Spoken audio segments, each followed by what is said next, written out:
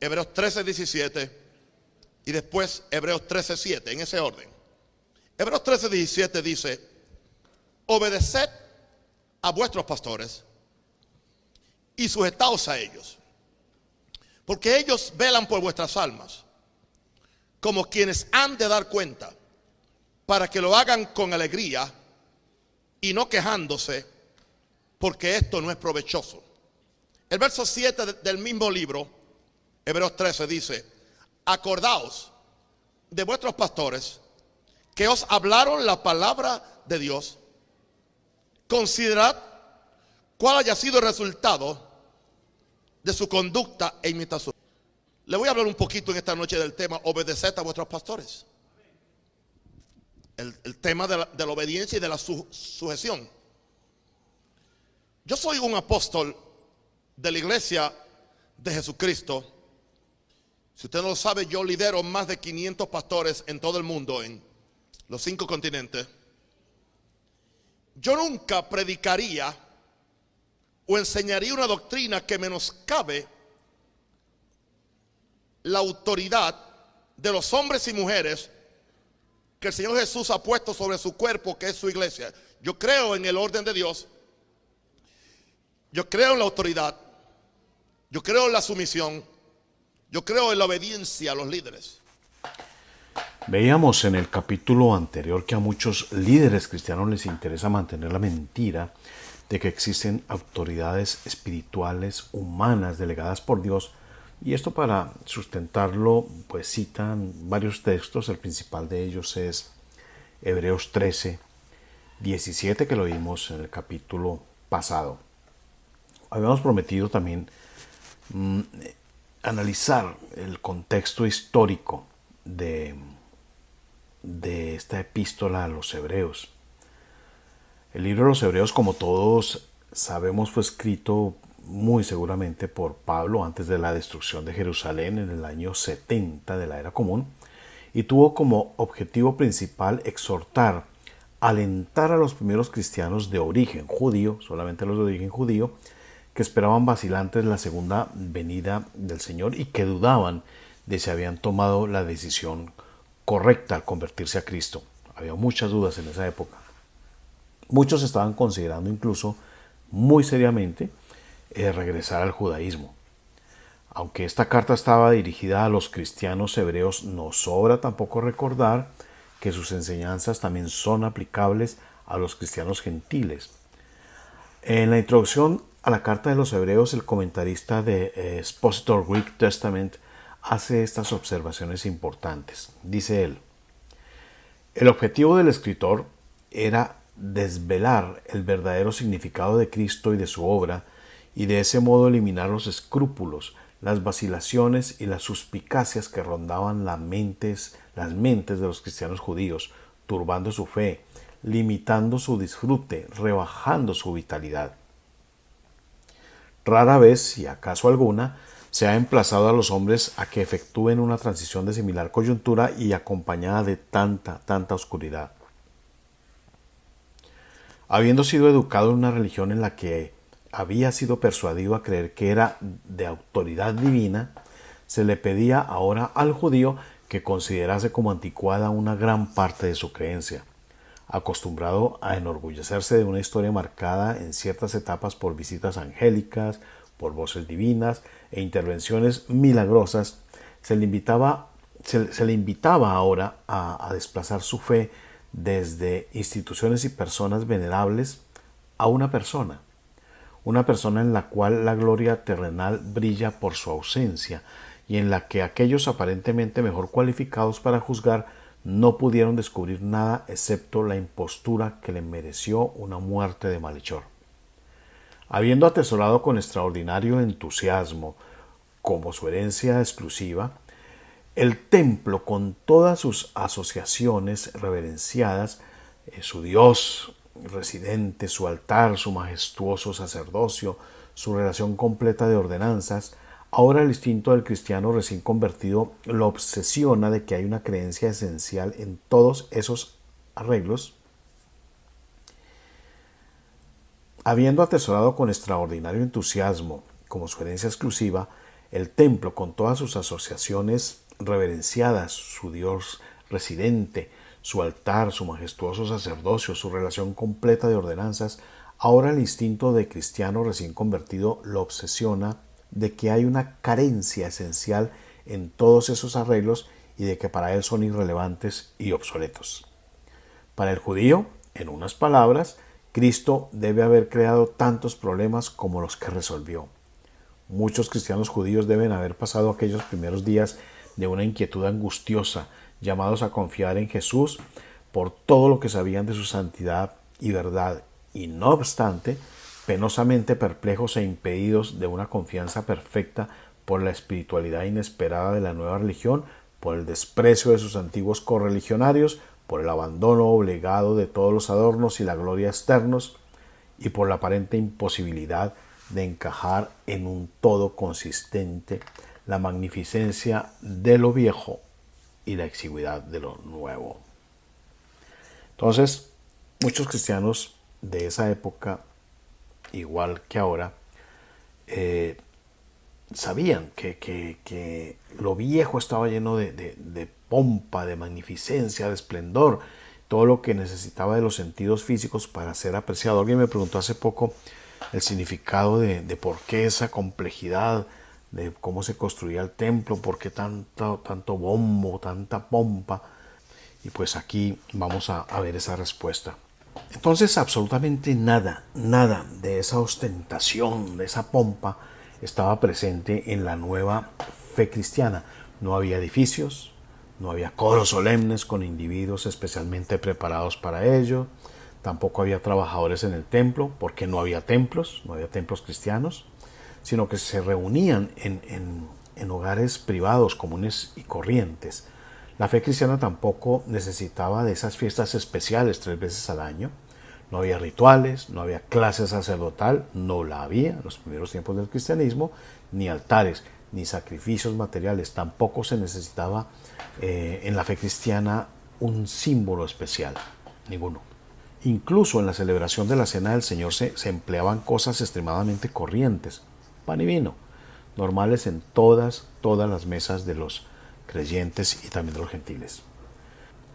Definitivamente, tal como dice el comentarista arriba citado, era la exigüidad de lo nuevo.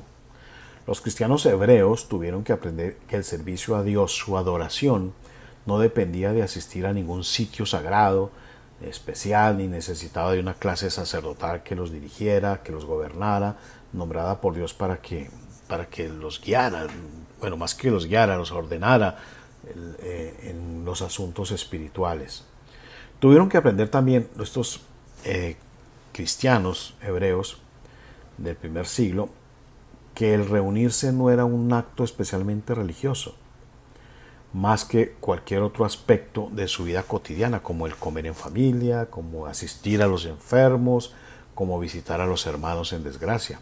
No había pompa ni ceremonia en el hecho de una reunión cristiana, como sucede en muchísimas iglesias, si no la mayoría de hoy. Las reuniones de los cristianos de esa época tenían como objetivo el amor fraternal, el animarse unos a otros, como dice Hebreos 10:25, el animarse unos a otros para la edificación mutua, evidenciando que había una relación de familia bajo la jefatura del Hijo de Dios, no de ningún hombre, donde todos los reunidos eran iguales ante Dios sin rangos espirituales. Evidente. Lamentablemente muchos de esos cristianos hebreos estaban regresando a las cosas viejas, nos menciona esa carta, a las cosas que necesitaban de los sentidos físicos, como la pompa, la clase sacerdotal separada de siervos, ministros de Dios, con vestidos y funciones especiales. Empezaron a necesitar de nuevo los edificios especiales sagrados, los altares visibles, los coros, los bailes y todas las demás cosas que impresionaban la vista y los demás sentidos físicos. La solemnidad de los nuevos lugares especiales sagrados encontró nicho en las emociones de los creyentes que sentían algo especial. Obviamente, una música afecta al corazón, afecta al alma, y eso se puede confundir muchísimas veces con el accionar de del Espíritu Santo. Entonces estos creyentes empezaron a sentir algo especial cada que llegaban a estos edificios sagrados del cristianismo, tal y como lo vemos hoy. De igual manera, la cena del Señor, que estaba caracterizada en ese primer siglo por la informalidad del compañerismo cristiano cálido en un ambiente de familia, se fue convirtiendo en una ceremonia complicadísima por la religiosidad que tomaron de lo viejo. Como sucede hasta hoy en día en muchas iglesias de la cristiandad, quien administra el sacramento, entre comillas, es el pastor, ministro, reverendo, como quiera ser llamado, como quiera que la gente los llame, pero que no es otra cosa que un oficiante separado del laicado con presunto derecho divino para administrar el sacramento a la iglesia. Increíble. Esto no hay nada más alejado de la exigüidad de lo nuevo, de la guía del Espíritu Santo. No hay nada más alejado de andar por fe y no por vista.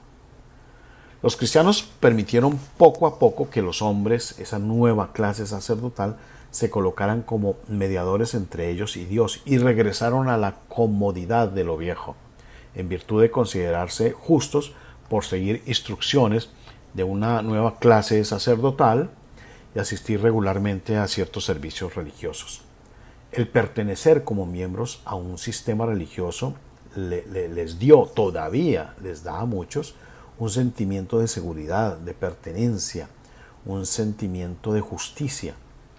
Dejaron estos cristianos del primer siglo, de los hebreos, dejaron de apreciar el inmenso valor espiritual del regalo que Dios estaba haciendo bajo el nuevo pacto, y estos cristianos del primer siglo, igual que hoy, regresaron a la seguridad que les daba la gloria externa de lo viejo.